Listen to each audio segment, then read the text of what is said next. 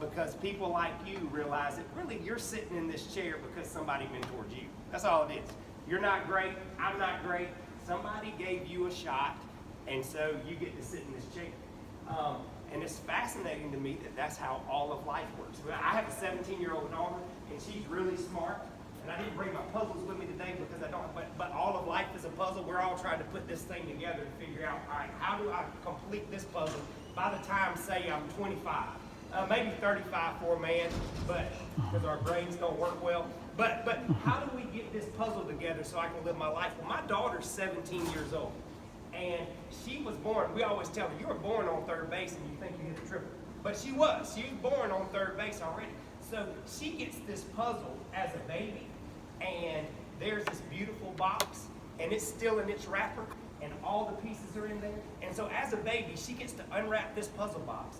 She gets to set that picture of that puzzle up, and we spread all these pieces out. And notice I said we spread all these pieces out because she's got mom and dad, and brothers and sisters, and aunts and uncles, and preschool teachers, and kindergarten teachers, and all of these people around her. This table is not big enough. It's big enough to put the puzzle on, but it's not big enough to put all the people around it that are helping my 17-year-old daughter put her puzzle together.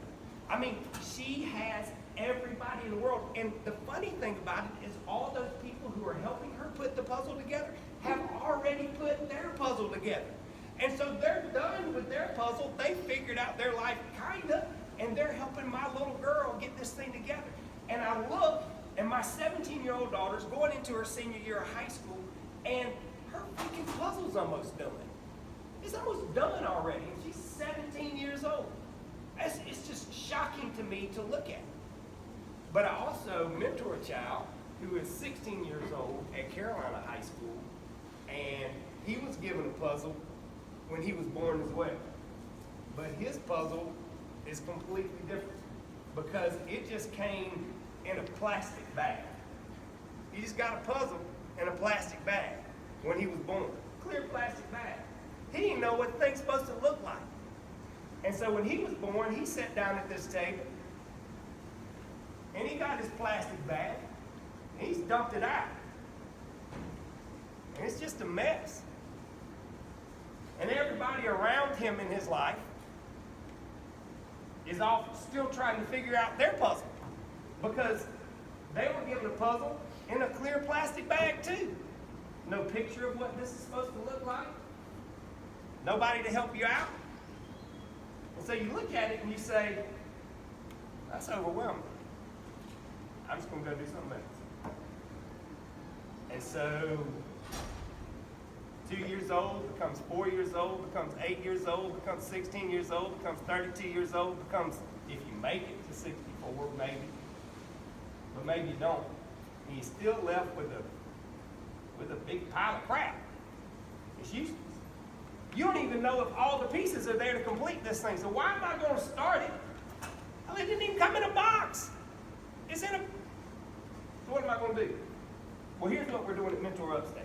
We're coming alongside that kid. Sometimes it starts at 6, sometimes it starts at 16, but we started at some point.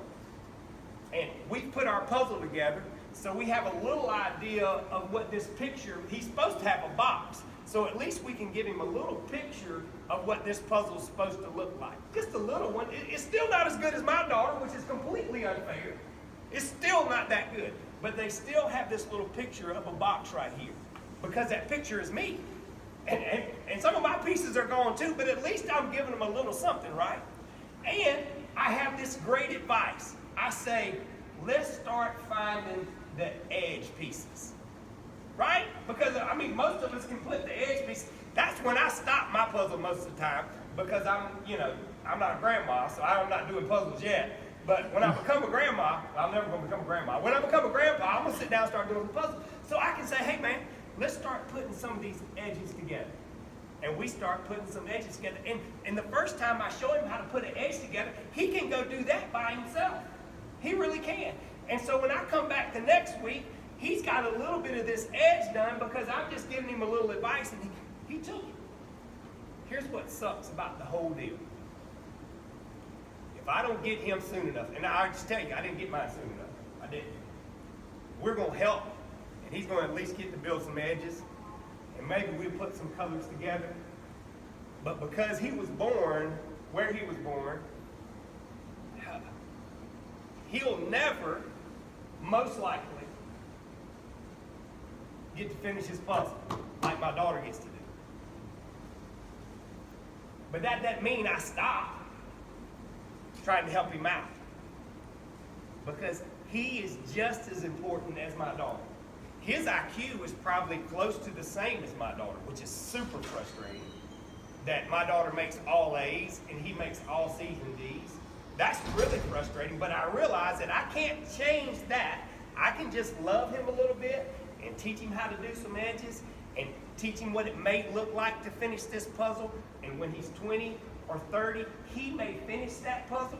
And if he can finish that puzzle ever in his life, when he reproduces, he can start his son or daughter close to where I got to start my life. It's the strangest thing that I'm only here because I had people helping me put my puzzle together. That's the only reason I'm talking to you today. It's not because I'm smart. It's not because I'm pretty. I just had all of these people around me making me who I am. Most of you did too. My grandfather, and I'll finish right here. My grandfather, which is so weird, never finished elementary school. My grandfather, okay, came from the mountains. My grandmother never learned to read or write, ever. She died at 77, never learned to read. That is my grandfather and my grandmother. No education at all. They moved to Anderson, South Carolina. Great love story. Meeting the mill. Neither one of them got a hand cut off. They got married at 17 or 18 years old. They had my father, Larry. Okay? My grandfather becomes friends with his boss because everybody around the mill lives near the mill. So he got to become friends with his boss, and my grandfather's boss sends his son to Clemson. So my grandfather says, well, that must be what the boss does. I want to be the boss one day. So my father is a first-generation elementary school graduate. My dad, this is weird, right? My dad is a first-generation elementary school graduate, a first-generation middle school graduate, a first-generation high school graduate. And because he heard I should go to Clemson, my dad just went and registered for classes at Clemson. That's back in the 60s when that's just what you did, because nobody really wanted to go there anyway. But that's just what happened because my dad had my grandfather and my grandmother, but these people who were building into my grandfather. They talk. So all of these things happened for my dad because of relationships that my grandfather built. And what is the weirdest thing that happened?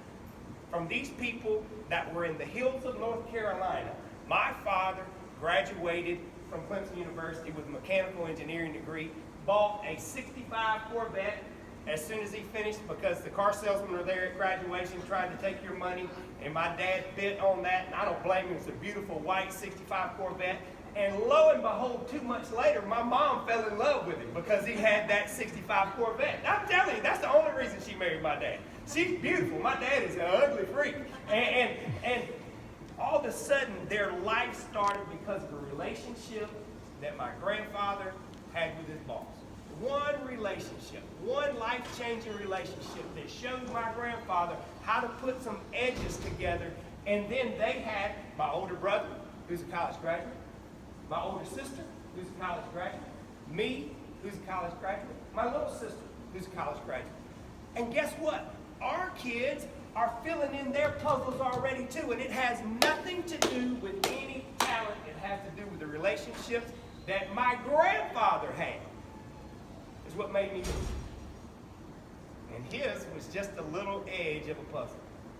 So when we start helping kids build little edges to their puzzle, they're never going to, here's the thing, most of them never going to get to fill the thing out like my kids are going to. But man, it can start generations of change. So we don't get discouraged when we drop one because you helped him build some edges, whether he knew it or not. We don't get discouraged when summertime comes because you're a hustler and you're going to bugger to death. I know you are. And that's what we want, right? That's what we want because that's what causes change in my life. All of us are important in what we do.